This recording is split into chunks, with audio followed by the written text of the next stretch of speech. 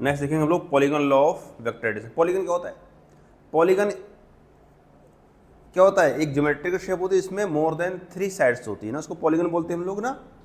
तो पॉलीगन मतलब क्या है? इसमें देखिए बहुत सारे साइड्स हो सकती हैं, इसे लॉ बोलते हैं। तो इसमें क्या कई सारे, जब 2 से ज़्यादा वेक्टर को जोड़ा जाता है, एडिशन किया जाता है, तो उसको पॉलीगन लॉ के थ्रू जोड़ते हैं। जैसे मान लीजिए कुछ वेक्टर्स दिए, एक वेक्टर ये फर्स्ट वेक्टर, सेकेंड इधर है, थर्ड इधर है और फोर्थ इधर है ना। तो सबको ऐड करना है। ये क्या है? ए वेक्टर मान लेते हैं इसको, इसको बी वेक्टर मानते हैं, इसको सी वेक्टर मान लेते हैं, इसको डी वेक्टर मान लेते हैं ना। क्या करना है हमको? पॉलीगन बनाना है इसका। तो पॉलीगन लॉ बोलते हैं इसको।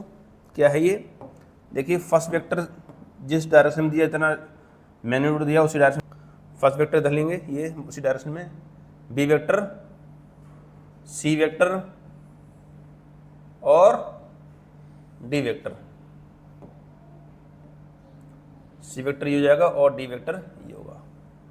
और क्या करेंगे? फर्स्ट वेक्टर के हेड को लास्ट वेक्टर के टेल से, हेड से, फर्स्ट वेक्टर के टेल को लास्ट वेक्टर के हेड से जोड़ देंगे। This is the resultant. क्या होगा? ये रिजल्टेंट होगा आपका।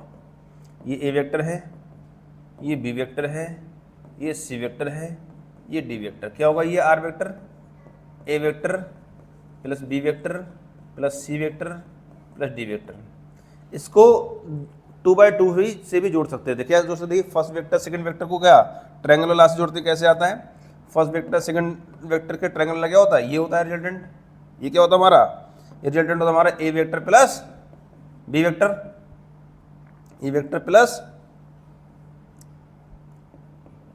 बी वेक्टर, ए प्लस बी को सी में जोड़ दिया जाए तो ये क्या होगा हमारा? नेक्स्ट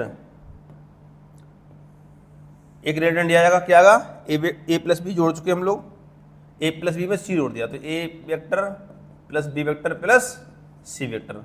अब इसको इस डी से जोड़ दिया जाए तो टोटल रिजल्टेंट आ जाएगा हमारा। ये क्या है? Resultant of all the 4 vectors. This is called polygon law of vector addition.